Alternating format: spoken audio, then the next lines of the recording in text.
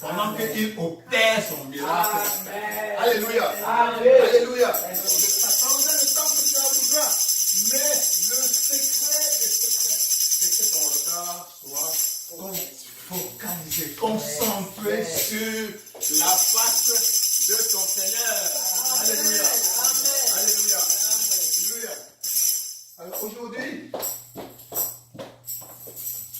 l'Éternel, Dieu, veut attirer ton attention sur un point différent.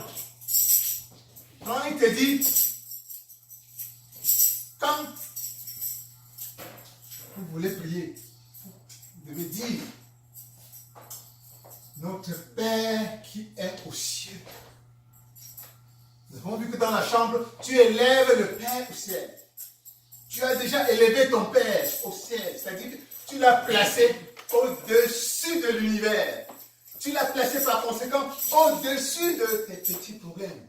Tu l'as placé au-dessus des lois de la nature. Tu l'as placé au-dessus des lois du monde physiologique, physique. Alléluia. Ton Christ est capable de marcher sur les eaux. Ça signifie que les lois du monde naturel, il les contrôle. Ta maladie, quel que soit le nom que la science donne à cette maladie, pour lui, il est au-dessus de cette maladie. Ta condition de pauvreté, qui est limitée objectivement par les conditions économiques environnantes, le Dieu que tu sers est au-dessus de l'économie. Il contrôle l'économie de l'univers, puisqu'il est le créateur. Alléluia. Amen. Alléluia. Donc quand tu as élevé le Dieu, maintenant, il est important que tu considères que ce Dieu tout-puissant, au-dessus de tout l'univers, ce Dieu, ce n'est pas n'importe qui pour toi. Ce Dieu, c'est ton Père. Amen. Alléluia. Amen. Jésus te dit, quand tu pries, dis, mon Père. Avant, si vous lisez l'Ancien Testament, Dieu a toutes sortes de noms. Yahweh, l'Éternel. Et j'en passe, l'Éternel des armées. Des dizaines de noms. Alléluia. Amen. Jésus te dit, quand tu pries, dis, mon Père. Tu appelles Dieu ton Père. Alléluia. Ça change tout. Ça change tout. Quand, prenons l'exemple de Moïse, l'enfant Moïse. Quand l'enfant Moïse veut parler au prophète, son papa, dès qu'il lui demande quelque chose, le fait de savoir que c'est cet homme-ci qui m'a mis au monde, il lui demande ça avec une certaine attitude de sérénité, d'acquis, avec une attitude de droit, ce qui est totalement différent. Maman Justine a souvent l'habitude de recevoir des enfants qu'on lui donne pour garder. Elle aide des parents à garder des enfants. Quand bébé Oria est là avec ses enfants et qu'elle veut demander quelque chose à maman Justine, c'est totalement différent des autres enfants qu'on a amenés et qui sont là juste pour la journée. Bébé Oria, quand elle veut demander quelque chose à maman Justine, elle s'attend à ce que maman Justine le lui donne. Elle demande avec un autre niveau d'autorité, avec un autre niveau de certitude. Ça, c'est ma grand-mère. L'autre enfant qu'on a seulement apporté, et qui le soir, la maman va venir la récupérer pour l'amener. Elle va demander la même chose. Maman Justine, donne-moi ce biscuit-ci. Mais elle demande ça avec le ton de la voix est naturellement beaucoup plus respectueux. C'était un ton même de peur. Elle sait que les chances pour qu'elle le recevoir ne sont pas absolues. Alléluia. Voilà la différence entre un enfant et les autres. Et quand la révérende Armelle va rentrer le soir du travail, et quand bébé aurait la voix ouvrir la porte, le même biscuit qu'elle a demandé à maman Justine, c'est maintenant, elle vient simplement l'arrêter. Elle vient simplement, elle n'a pas osé arrêter maman Justine. Maintenant, est-ce que ça, c'est ma maman? Je suis sorti d'elle. Elle demande ça maintenant en s'accrochant même à son avis s'il le faut. Elle va, maman Amé va dire non. La maman Amé va dire non. Mais bébé Auria va la suivre partout où elle va aller. Elle va commencer même à crier pour avoir ce biscuit-là. Parce que maman Justine lui a donné peut-être simplement un morceau de biscuit. Maintenant, au lieu de demander un seul, elle demandera tout le paquet. Voilà ce que c'est que la relation que Dieu veut que tu établisses avec lui. Quand tu l'attends, Père, mon Père qui est au ciel. Ça doit venir de l'intérieur. Ça doit être plus que des mots. On peut dire, 10 personnes peuvent dire Père. Mais ce n'est pas la même chose. Comme tous les enfants qu'on a amenés à maman Justine Gardet. Tous m'ont appelé maman Justine, maman. Mais vous savez, il y a des niveaux de maman et de maman. Mais le mot en lui-même n'est pas important. Quand tu dis Père, mon Père qui est au ciel, ça doit venir de l'intérieur. Tu dois sentir réellement que tu t'adresses à ton Père, ton géniteur spirituel. Alléluia. Et comment en es-tu venu à devenir l'enfant de Dieu? Beaucoup de gens là dehors se croient enfants de Dieu. À tort. La Bible te dit que la parole s'est fait chair. Que Dieu est la parole. La parole s'est fait chair. Sous la forme de Jésus-Christ. Ça c'est dans Jean. Mais à tous ceux qui ont reçu la parole, c'est-à-dire Jésus-Christ, recevoir la parole, c'est accepter Jésus-Christ comme ton sauveur. Comme celui qui s'est incarné pour te sauver. La parole de Dieu te dit, la Bible te dit, à tous ceux qui ont reçu la parole et qui ont cru dans la parole. Elle, la parole, Jésus-Christ, la parole qui s'est fait chair, a donné le pouvoir de devenir enfant de Dieu. Dis enfant de Dieu. Enfant de Dieu. Pour devenir enfant de Dieu, tu dois avoir reçu la parole de Dieu, incarnée sous la forme de Jésus-Christ. Alléluia. Quand tu reçois le Christ dans ta vie, comme nous avons vu ces derniers temps, quelque chose de très important se passe. Tu réembrasses ce que tu avais perdu à travers ton grand-père et ta grand-mère, Adam et Ève, par leur désobéissance au paradis, à la création. Ils avaient perdu l'immortalité. Et ils avaient perdu le droit de vivre dans l'Éden, une vie d'abondance, une vie de délices perpétuelle et continuelle. Alléluia.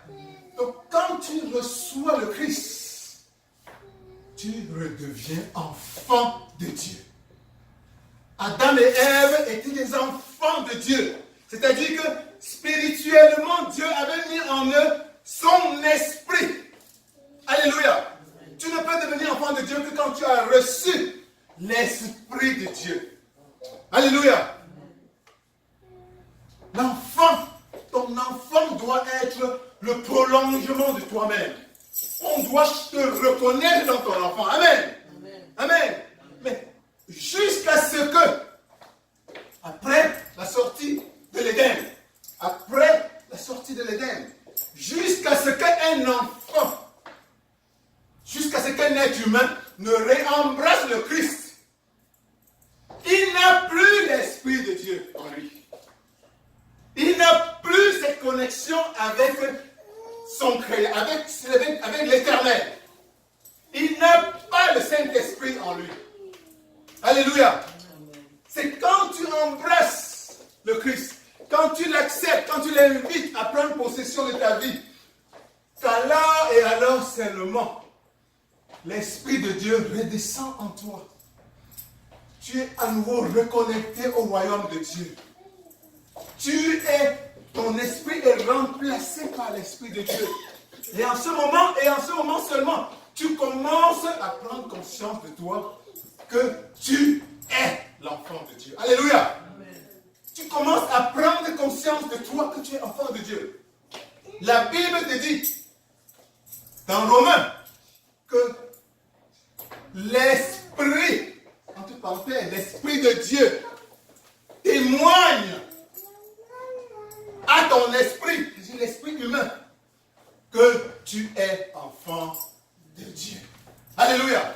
Donc, c'est l'Esprit de Dieu, quand une fois que tu l'as reçu, qui en réalité t'amène à comprendre que je suis différent maintenant.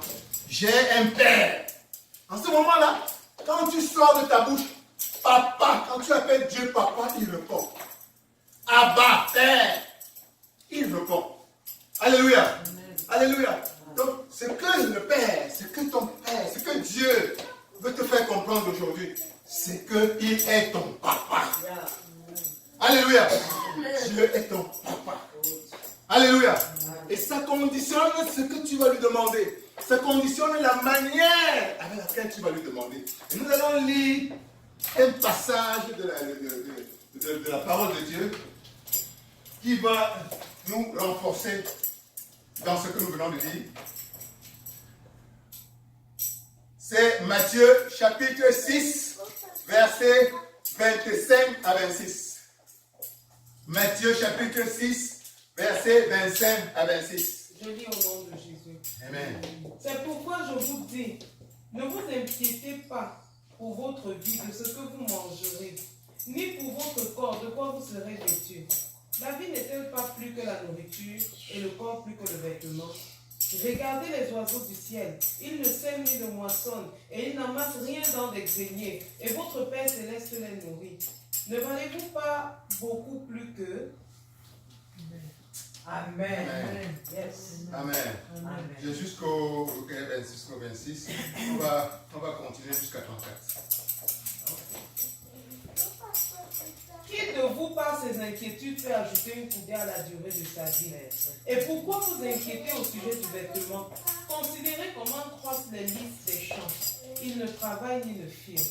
Cependant, je vous dis que Salomon, même dans toute sa gloire, n'a pas été vêtu comme l'un d'eux. Si Dieu revêt ainsi l'herbe des champs, qui existe aujourd'hui et qui demain sera jeté au four, ne vous vêtira-t-il pas plus forte raison aux gens de peu de foi? Ne vous inquiétez donc point, et ne dites pas que mangerons-nous, que boirons-nous, que quoi serons-nous vêtus. Amen. Yes. Alléluia. Donc, revenons encore à l'exemple de bébé Oria, de l'enfant, de bébé Moïse. Dans sa relation avec papa, prophète, quand il se réveille le matin, est-ce que vous pensez que ces enfants ont même, ça leur traverse dans la tête qu'ils vont passer une matinée sans manger? Jamais. Ça ne les traverse même pas à la pensée. Tout ce qu'ils font, c'est écoute, voir maman. Et ils commencent à demander. Et ils demandent, maman, j'ai faim, j'ai faim. C'est déjà un accueil. Alléluia. Donc, c'est ce que Dieu, ton Dieu, que tu vénères, que tu adores aujourd'hui, veut veux te faire réaliser. Si tu le considères réellement comme ton papa, il dit, ne t'inquiète de rien. Mais vous allez voir beaucoup de chrétiens qui sont anxieux. Ils montent des calculs sur ce qu'ils vont manger dans une semaine. Ils dorment sans fermer les yeux parce qu'ils pensent déjà à ce qui va leur arriver dans 50 ans. Dans ce qui va arriver, là où ils vont se loger. Quand on dit, ne vous inquiétez de rien. Et pour lire clairement, ne vous inquiétez pas pour votre vie, de ce que vous mangerez, ni pour votre corps de quoi vous serez vêtu. La Bible ici parle de tes besoins physiques. De tes besoins physiques. Tu as des besoins d'argent. Tu as des besoins de logement. Tu as des besoins de santé. Tu as des besoins d'épanouissement. En tant qu'enfant de Dieu, si tu sais réellement dans ton cœur que tu es l'enfant de Dieu, et tu sais qui est Dieu, qui est ton Père, qui est celui que tu appelles ton Père, le créateur de l'univers, celui qui a le monde entier, l'univers dans sa paume de sa main, celui qui contrôle les lois, celui qui a toutes les richesses, celui qui est au-dessus des rois et des rois. Si tu le considères réellement comme ton papa, tu ne dois pas te réveiller le matin et te dire qu'est-ce que je dois manger. Tu ne dois pas penser à le lendemain et dire qu'est-ce que va devenir, comment je vais faire pour trouver le travail. Comment est-ce que je vais faire pour pouvoir avancer dans la vie? Comment je vais faire pour élever mes enfants? Comment je vais faire pour pouvoir trouver un conjoint? Jamais. Tu dois, c'est vrai, c'est un actif dans ta tête. Alléluia. Amen. Ça doit être un actif. Ce que ton Dieu veut te faire comprendre aujourd'hui, c'est qu'il y a un certain niveau là que tu as dépassé. C'est vrai. Qu'est-ce qu'il y a ce niveau là que tu as? Quand tu as embrassé Jésus, quand son Saint-Esprit est descendu en toi, quand tu as acquis le droit de l'appeler papa, ton père géniteur spirituel, automatiquement ton niveau de vie a changé. C'est vrai, vérité. Ton niveau de vie, aujourd'hui on parle en économie du niveau de vie. C'est-à-dire que dans certains pays, on sait que dès que tu es né dans ce pays, tu as au moins déjà le droit d'aller à l'hôpital et de te faire soigner. Tu ne mourras pas de faim. Parce qu'on a mis sur place déjà des systèmes d'assistance sociaux. Au moins, on sait que si tu décides de vivre dans la rue, c'est parce que tu as voulu. Voilà. Il y a déjà sur place toutes les structures au moins pour te donner un lit. C'est la même chose pour toi, le chrétien. Donc Dieu veut te faire comprendre que à partir du moment où tu as reçu le Christ, à partir du moment où tu as reçu son Saint-Esprit et que tu t'es reconnecté à lui, ton niveau, ton standard de vie a changé automatiquement. Amen. Amen. Les petits soucis de je ne vais plus, j'ai mangé, je cherche ce que je vais manger. C'est fini à jamais. Alléluia. Condition que cela soit ancré en toi. Alléluia. Parfois, il y a des problèmes que c'est nous-mêmes qui créons. Alléluia. Il y a des enfants qui ne savent pas comment s'adresser à leur papa. Alléluia. Tu peux être le fils du président de la République. Tu peux être le fils d'un roi. Mais si tu vas si tu vas au palais, il demande plutôt à rédiger l'audience. Parce qu'on va te traiter comme un étranger.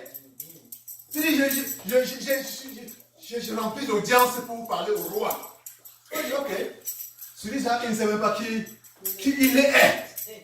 Il ne sait même pas qui il est. Voilà l'enfant du roi qui vient demander de remplir l'audience. On va te dire, ok, on va te traiter comme on traite n'importe qui. Tu veux parler au roi, ok, va attendre. Il y a une longue liste d'attente là-bas. Reviens dans 6 mois. Si c'est possible. Si c'est possible. Et dans 6 mois, tu reviens. Peut-être on t'ouvre la porte. On va te fouiller. Parce qu'on ne sait jamais. Tu veux voir le roi. On te traite comme quelqu'un qui veut voir le roi. On va te scanner pour voir si tu ne portes pas des armes. Et une fois tu arrives dans le bureau du roi, même ton père va te traiter en ce moment-là en tant que roi.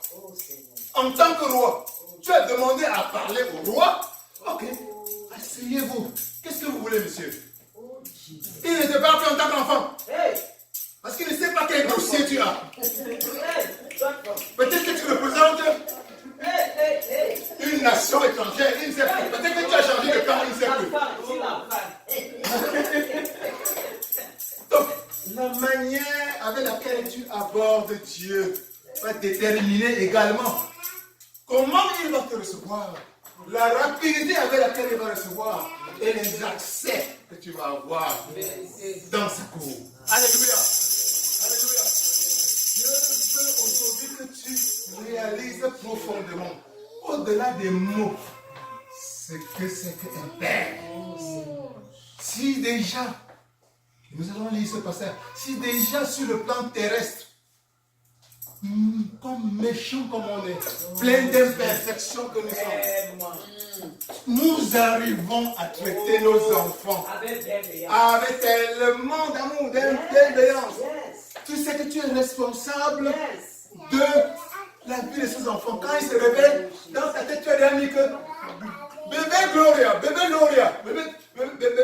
bébé Moïse ou bébé Jonathan, dans la tête du prophète, ou dans la tête de la révérende Amen, c'est déjà une donnée que ces enfants doivent manger. C'est ça, c'est clair.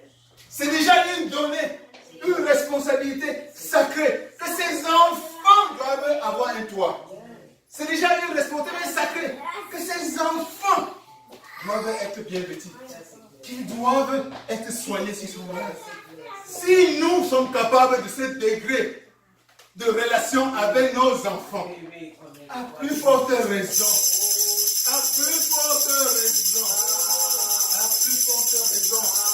ton Père, parfait, qui a un amour infini, va nous faire pour toi-même. Alléluia. Alléluia. Alléluia. Et c'est le message d'aujourd'hui pour toi. C'est que Dieu, dès que tu crées avec lui une relation d'enfant à père, dès que tu t'élèves, tu lèves les yeux vers lui et que tu le considères sincèrement comme ton papa, automatiquement, tu ne dois plus te soucier de ces choses. Tu dois demander, oui. Il a dit, demandez. Mais quand bébé Oria demande, demande ton bébé Oria. Quand il rencontre maman, la révérende Amen, il demande avec insistance, avec autorité, avec le sens de quelque chose qu'elle doit avoir. Elle sent qu'elle peut insister. Elle sent qu'en insistant, elle va recevoir. Elle sent que le petit niveau de respect, ça n'existe plus. C'est comme ça que le père, ton papa veut que tu l'abordes. Amen. Amen. Que tu l'embrasses, que tu sois capable de dire, papa, tu attends ton habit comme ça, tu dis, papa, qu'est-ce qu'il y a? Qu'est-ce qu'il y a? Tu es mon père ou tu n'es pas mon père? Tu me laisses à qui dans le regarde. Tu es toi. Et tu as tout. Comment? Voilà. Amen. Amen. Le Père veut que tu le considères comme son Père. Gloire à Dieu. Gloire à Dieu. Donc demande à Dieu avec cet état de sérénité. De sérénité. Considère tes lendemains avec l'idée que ton Père est grand. Ton Père a tout. Ton Père peut tout. Et ton Père est un Père responsable. Amen. Responsable. C'est-à-dire qu'il sait de quoi tu as besoin. Et il a besoin de te le donner. Il veut ton bonheur absolu. Amen. Donc quand tu lui demandes, demande-lui avec cette idée qu'il est déjà prêt à te donner ce que tu demandes. Amen. Et qu'il a aussi en souci profondément ton bonheur. Amen. Plus que toi-même tu ne le veux pour toi. Alléluia. Amen. Alléluia. Que Dieu vous bénisse. Que Dieu vous bénisse. Que Dieu vous bénisse. Au nom de Jésus-Christ. Au nom de Jésus-Christ. Amen. Amen.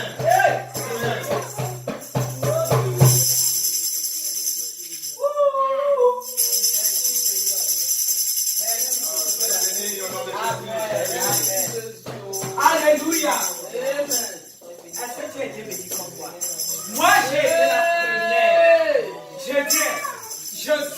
première à être j'ai ramassé. Oui, je suis béni. Nous allons élever la voix pour demander à l'Éternel de bénir son serviteur.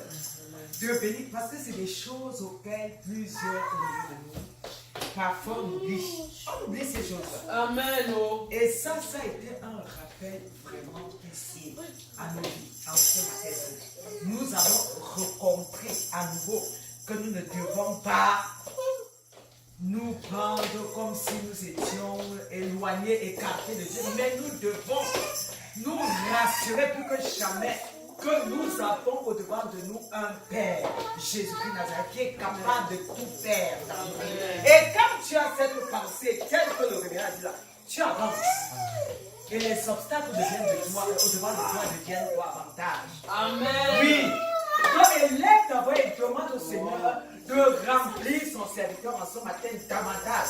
Que Dieu le bénisse afin que dans les jours à venir, il continue de déverser dans nos vies. Élève la voix. Il y avait une bénédiction pour le révérend pasteur Calvin Samuel Chanteux. Il y avait, tu l'as utilisé en ce matin.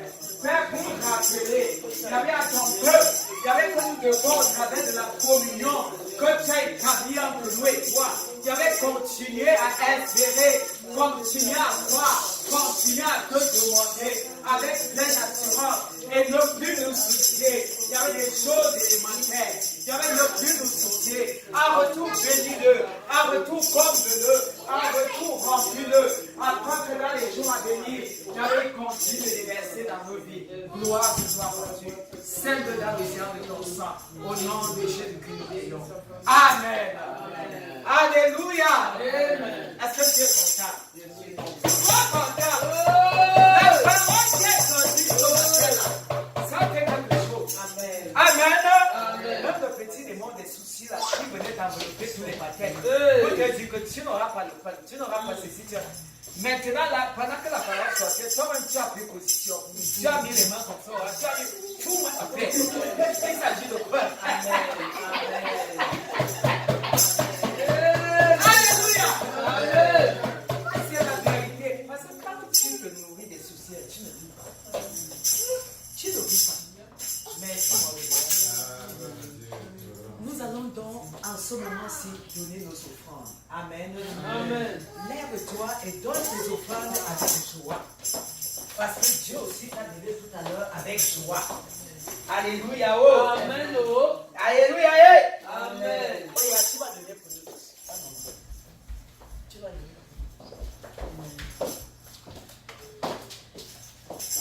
Quand tu donnes à qui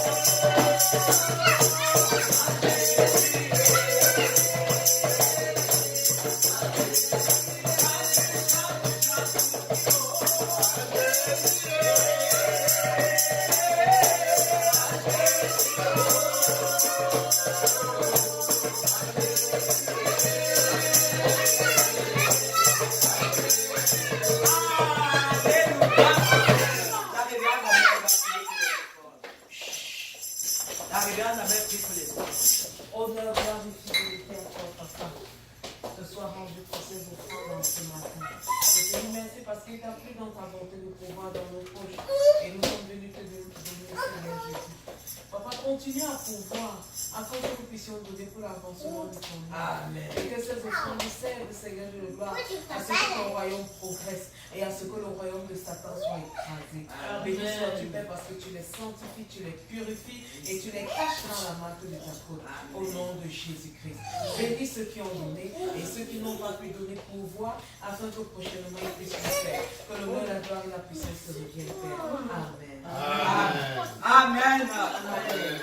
Ok, nous allons ici indiquer l'homme de le révérend pasteur Calvin Samuel Felvé pour les annonces de l'église.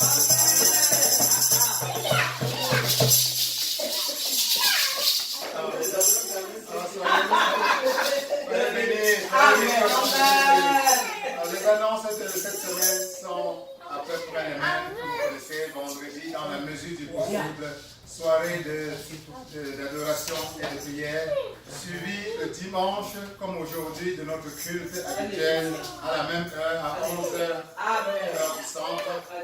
Et dans la rubrique des autres nouvelles, il y a une mauvaise nouvelle. Ma petite sœur, qui est en Consamba en ce moment, et qui vient de perdre son conjoint, Martin. Ma petite sœur Hortense a perdu son conjoint, Martin, jeudi dernier. Une mort vraiment subite. Donc, nous, c'est des moments d'épreuve, mais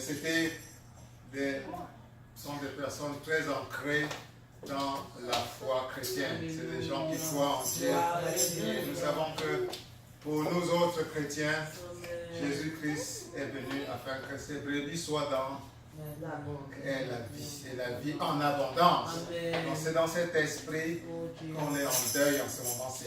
On sait que notre frère n'est pas parti et qu'il est entre les mains de Jésus-Christ. Alors, gardons-les en prière. Gardons-les en prière dans toutes ces phases de deuil, de préparation, de tout ce que vous savez. Gloire à Dieu. Gloire à Dieu. Gloire à Dieu. Que Dieu vous bénisse. Que Dieu vous bénisse. Que Dieu bénisse votre lundi. Que Dieu bénisse ton mardi. Que ton mercredi soit béni. Que ton jeudi soit béni au nom de Jésus. Que ton vendredi, ton samedi, ton dimanche soit béni au nom de Jésus. Au nom de Jésus. Au nom de Jésus. Amen. Amen. Amen. Amen. Alléluia. Amen. Mettons-nous debout. Soyez bénis, mon Dieu. Nos condoléances. Vraiment. Que le Seigneur personne. Amen. Nous allons ensemble nous remettre entre les mains du Seigneur. Nous allons demander à l'Éternel de nous précéder sur notre chemin de choses. Avec te bénissons une fois de plus parce que tu as commencé à achever. J'avais tout besoin de te supplier afin que pendant que nous retournons, Père, tu retournes avec nous. Il y avait son contrôle de Dieu, son contrôle de nous dans toutes ces semaines. Et que ton règne de gloire continue, Seigneur éternel, à se déverser dans nous.